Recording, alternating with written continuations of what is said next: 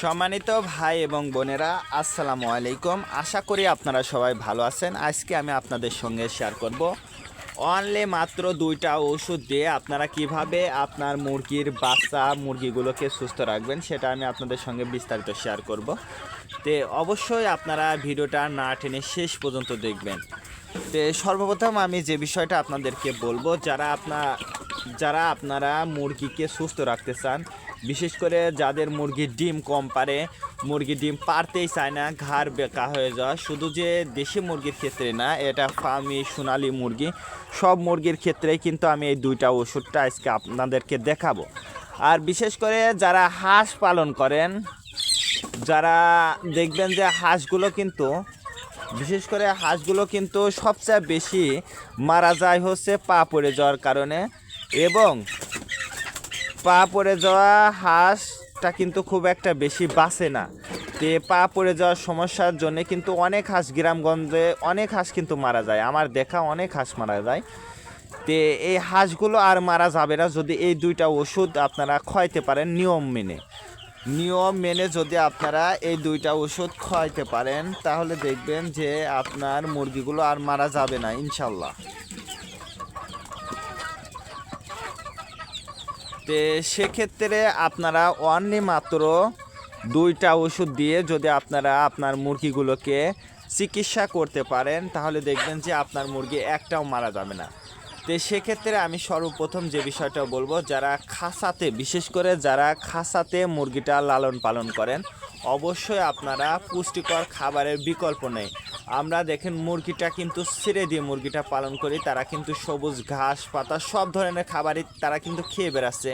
এই জন্য তাদের কিন্তু ভিটামিনের খুব একটা অভাব পড়ে না, বা খাবারের খুব একটা পরিবর্তন আনতে হয় না। কিন্তু যারা খাঁচাতে মুরগিটা পালন করে, অবশ্যই তাদের কিন্তু খাবার এবং পানি সব কিছুর কিন্তু পরিবর্তন আনতে হবে। এই শীতের সময় যদি না নিয়ে আসেন, তাহলে কিন্তু আপনার মুরগির রোগ প্রতিরোধ ক্ষমতাটা কমে যায়। এক্ষেত্রে কিন্তু আপনার এই মুরগিটা কিন্তু মারা যায় সবচেয়ে বেশি।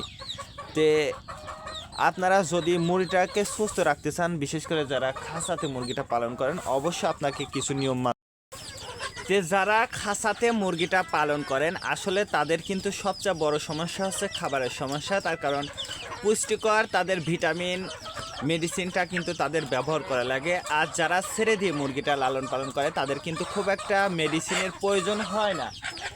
এই জন্য তাদের প্রয়োজন হয় না, তাদের কিন্তু অলরেডি তারা যে ছেড়ে দিয়ে মুরগিটা পালন করার কারণে তারা কিন্তু তাদের ভিটামিনটা তারা নিজেরাই কিন্তু খেয়ে আসে, যেমন গাছপাতা গাছের আগা, এই ধরনের কিন্তু মেডিসিন তারা কিন্তু খেয়ে আসে। এই জন্য তাদের কিন্তু খুব একটা সমস্যা হয় না। আর যে সকল মুরগি খাঁচাতে মুরগিটা পালন করা হয়, তাদের কিন্তু ভিটামিন শর্ট থাকে, তার কারণ তাদের খাবারে কিন্তু খুব ভালোভাবে কিন্তু রদবদল আনা লাগে। যদি না নিয়ে আসতে পারে, তাহলে কিন্তু সেটার কিন্তু খাবারের এবং মুরগির মানটা কিন্তু ভালো হয় না। এই জন্য অবশ্যই মুরগিটাকে সুস্থ রাখার জন্য আপনাদেরকে অবশ্যই কিছু মেডিসিন কিন্তু ব্যবহার করার প্রয়োজনই। তো সর্বপ্রথম আমি যে ওষুধটা দেখাবো, বিশেষ করে ডিমের ক্ষেত্রে আপনারা বলেন যে আমার মুরগি ঠিকমতো ডিম পারছে না, ডিম দিচ্ছে না, বা খুব একটা বড় আকারে বড় ডিম দিচ্ছে না, সেক্ষেত্রে আমরা কি ওষুধ খাওয়াবো। তো সর্বপ্রথম আমি যে ওষুধটা দিচ্ছি সেটা হচ্ছে ADE। ADE এই ওষুধটা কিন্তু দেশি মুরগির জন্য খুবই গুরুত্বপূর্ণ। শুধু দেশি মুরগি না, হাঁস মুরগি, ফার্মি মুরগি, সোনালী মুরগি, পাকিস্তানি মুরগি, যে কোনো মুরগির জন্য কিন্তু ADটা খুবই গুরুত্বপূর্ণ।